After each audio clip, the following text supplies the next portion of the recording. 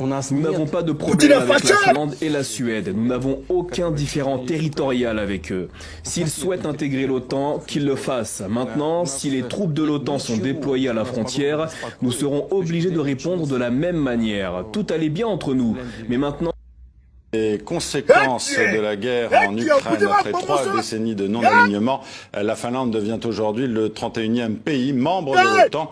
Un virage stratégique pour Helsinki qui partage 1300 km de frontières avec la Russie. Mais comment est vécue cette entrée de la Finlande dans l'Alliance par ses citoyens? Eh bien, regardez. À plus de 250 km d'Helsinki et presque autant de Saint-Pétersbourg, le poste frontière d'Imatra. Point de passage jusqu'ici entre la Russie et la Finlande et désormais également entre la Russie et l'OTAN. Car la Finlande entre officiellement ce mardi dans l'Alliance transatlantique. Et avec elle, ses 1340 km de frontières terrestres communes avec Moscou. Dans le pays, cette adhésion rassure. La situation en Europe a beaucoup changé au cours de l'année dernière. L'adhésion à l'OTAN va nous permettre une meilleure sécurité. Pendant longtemps, nous avons compté sur notre indépendance et notre neutralité. Et maintenant, nous venons de réaliser que ce n'est pas la voie de l'avenir. C'est mieux que rien, vous savez. Si nous sommes seuls, nous n'avons aucune chance dans cette situation. L'intégration de la Finlande à l'OTAN est la plus rapide de l'histoire récente du traité. Et c'est la guerre en Ukraine qui a tout précipité. Dès mai 2022, 3 mois après le début de l'invasion russe, Helsinki fait sa demande, mettant fin à 3 décennies de politique de non-alignement. Même si dans les faits, la Finlande s'est toujours préparée aux éventuelles menaces. Ce qui permet aujourd'hui au pays de disposer de la plus grande artillerie d'Europe, avec quelques 1500 pièces, une cinquantaine d'avions de chasse et une réserve totale de 870 000 soldats. Un renfort de taille pour l'armée de défense nord-atlantique. Une erreur depuis le début pour Vladimir Poutine.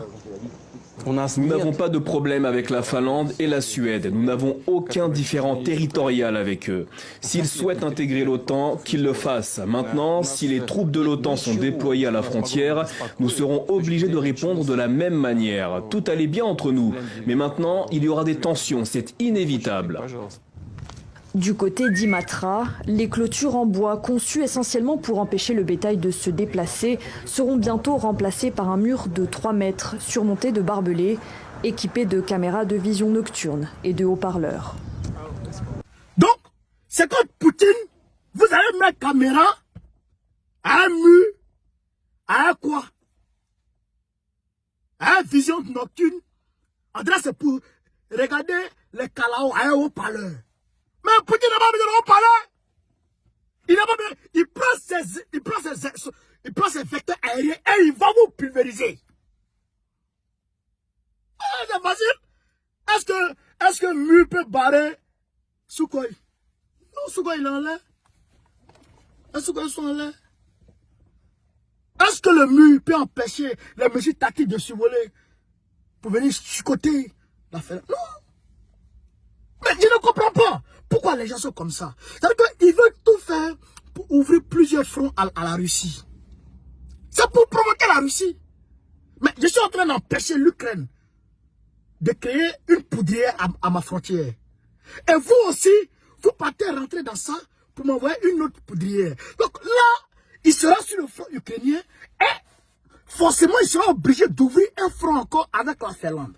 Et là, les Américains et les Occidentaux vont commencer encore avec le lynchage médiatique.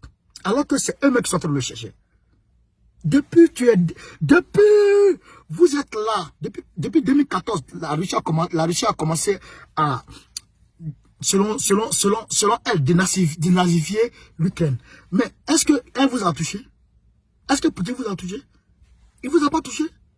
Mais pourquoi, subitement, maintenant vous voulez rentrer dans l'OTAN pour permettre aux Américains de venir déposer leurs missiles à la porte de la Russie pour essayer de déstabiliser la Russie et créer un front contre la Russie. Ouvrir un autre front vers la Finlande contre la Russie sur 1340 km de long de frontière. Un front de 1340 km. Ils sont là-bas, ils sont en train encore de tenir le front ukrainien. Ils veulent l'amener à disperser ses forces. Après encore, la Suède va demander à rentrer encore. La Suède va rentrer dedans. Et quand la Suède rentre encore, voici un autre front encore qui s'ouvre encore. Il veut disperser en fait la Poutine. Et ça, c'est pour l'emmener à l'affaiblir. Mais c'est pas comme ça. Vous ne pourrez pas. Vous ne pourrez pas vaincre ce monsieur. Et ça, c'est la faute à Erdogan. C'est la faute à Erdogan. Mais pourquoi tu lèves ton veto?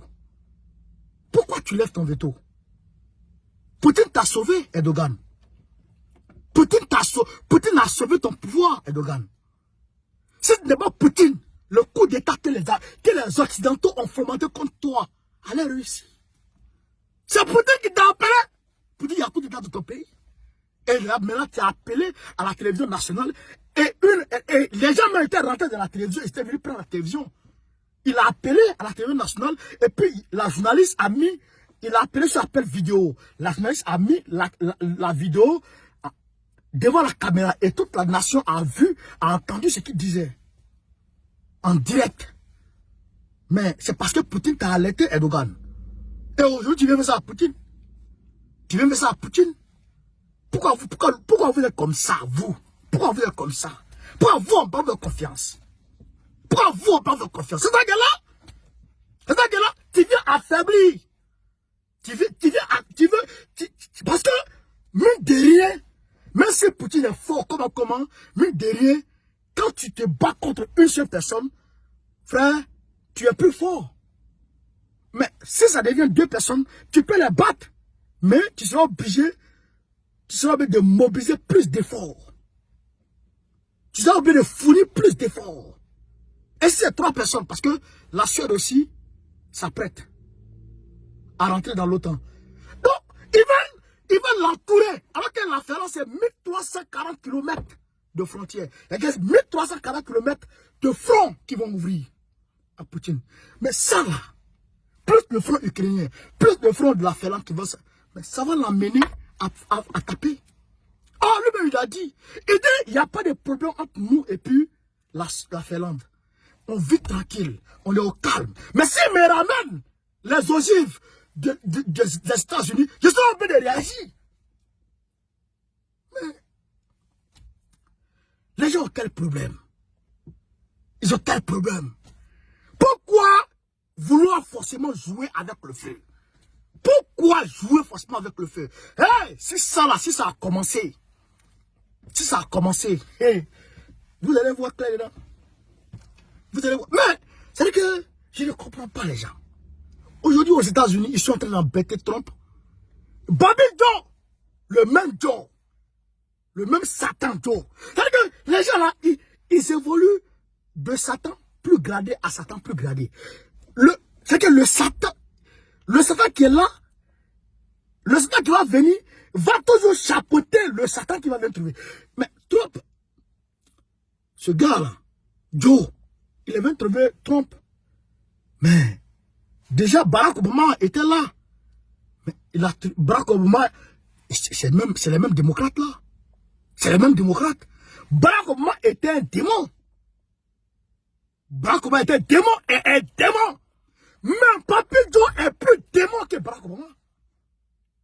Papy Joe est plus démon. Parce qu'il veut créer la troisième guerre mondiale.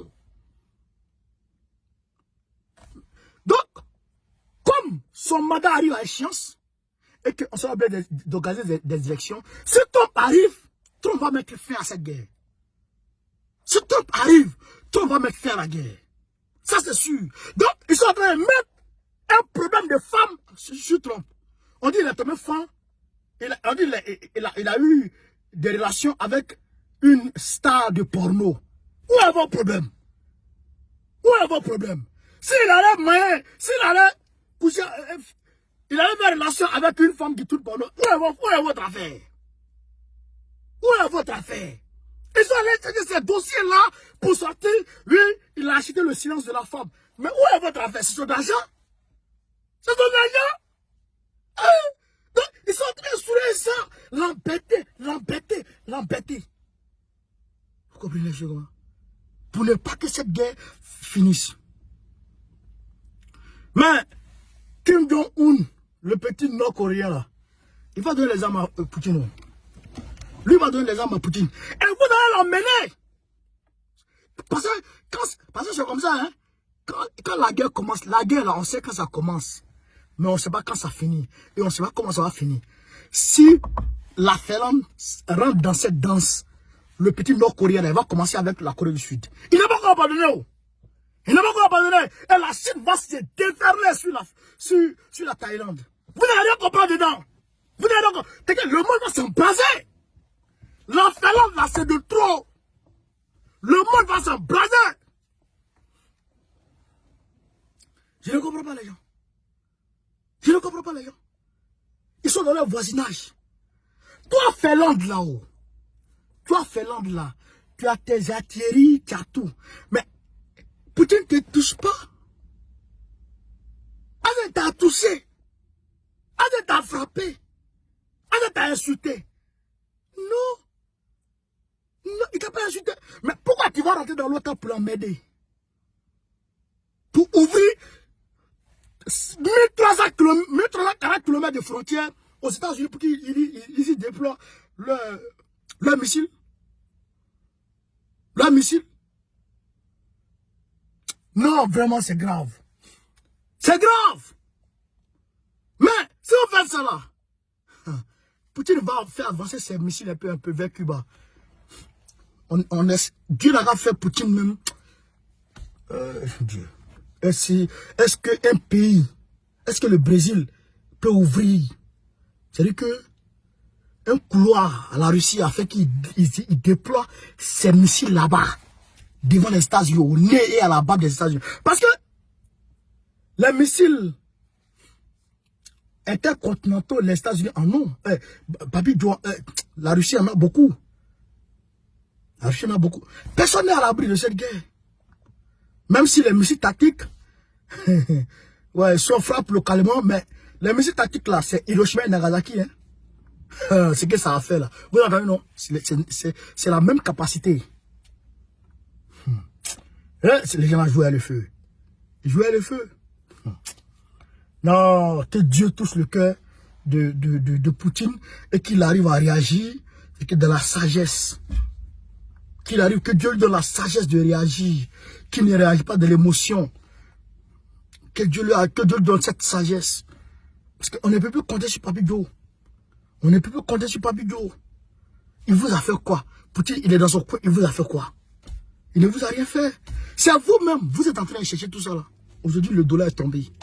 Aujourd'hui, tout le monde échange en monnaie locale.